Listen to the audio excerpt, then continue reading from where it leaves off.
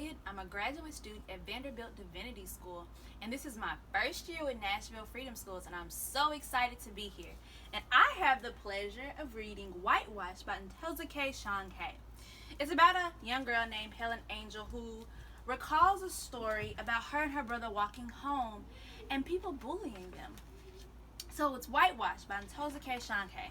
Let's hear Helen Angel's story. I remember that day so clearly, almost like any other day. Almost.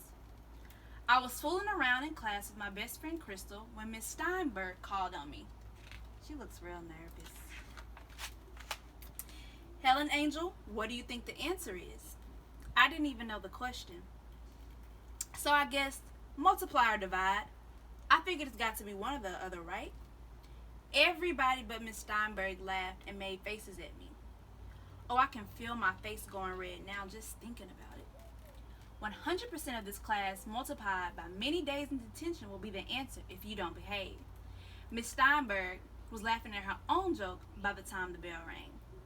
Seeing our chance to escape, we all hurried for the door. I was the only one in my group who had to wait for a big brother to walk me home. I had to wait for Mauricio every day. Oof. Have y'all had that experience before? But I didn't complain too much, even though my classmates teased me about being a preschooler. I couldn't say much because Mauricio was not crazy about me tagging along either.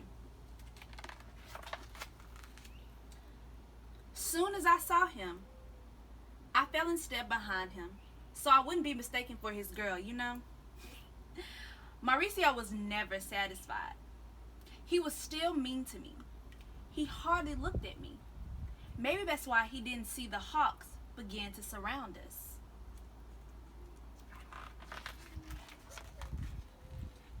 They called us mud people. So mean. One asked if we spoke English, pushing my brother out of the way. I heard Mauricio shouting to me, "Run! Run, Helen Angel! Run now!" But how could I? I was scared to death. How many of you all would be scared? I only remember a little of it. Something about doing me a good deed, then about how to be white or American. I don't know. I just know for sure I felt this stinging cold on my face and around my ears and neck. I was dripping white. Really itchy, stinging white paint covered me wherever my brown skin used to be. I couldn't understand.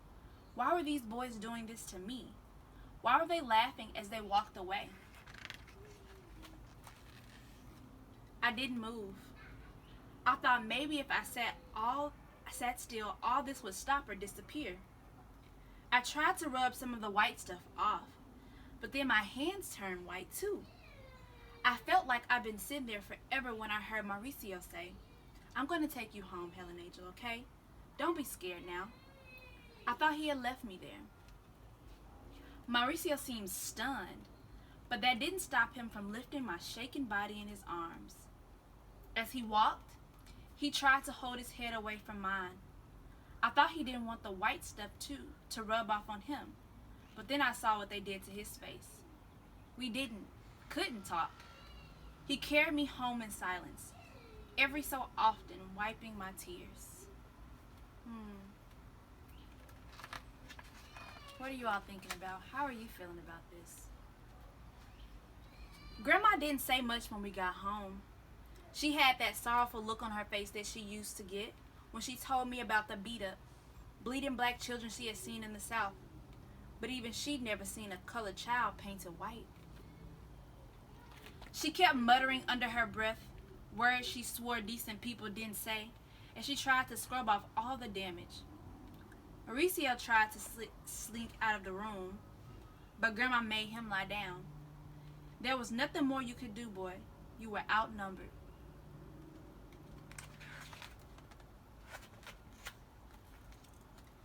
That didn't sit well with Mauricio, but I don't really remember much from there on.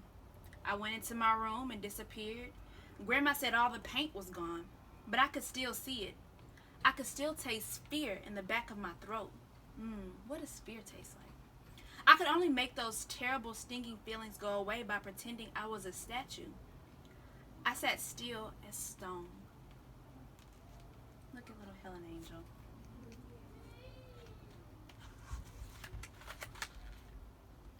I could still hear, though, black girl terrorized, spray paint victim, white for a day.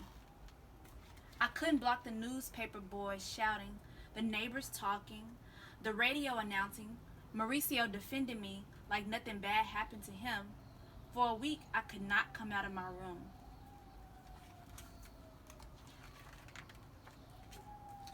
Grandma left food by my door. She whispered sweet things to me, that I was beautiful. I was a hero of the race, a brave girl. How many of us have a grandma or friend or somebody that gives us positive words, even when we're down? We should appreciate those people. Finally, by Monday morning, she said, Helen Angel, I don't care who did what to you. Today, you are going to open this door and be strong. I knew by the sound of her voice that I would have to come out of my room, but I could never go back to school. Anybody could see that I was an embarrassment to myself, my friends, the whole world, the universe.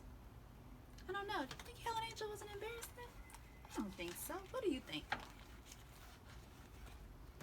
I opened the door, but instead of Grandma, I saw my friends smiling at me. We missed you so much, Crystal said, and hugged me. She was crying. Raphael said, if we all stick together, no one will dare bother you or anybody else, right?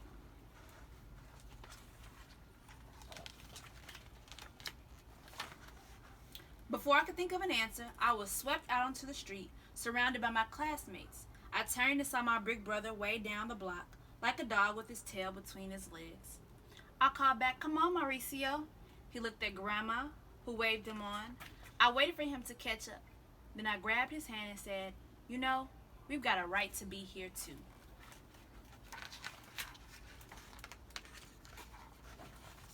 And this is the story of Helen Angel by Ntozake Shange. Thanks for sharing this space with me, scholars. I want you all to reflect on this book and begin to think about what experiences have you had of others bullying, or maybe you bullying, and thinking about how did that make them feel, and what can we do better to make sure that everyone feels welcome in whatever space we are in. Have a great day.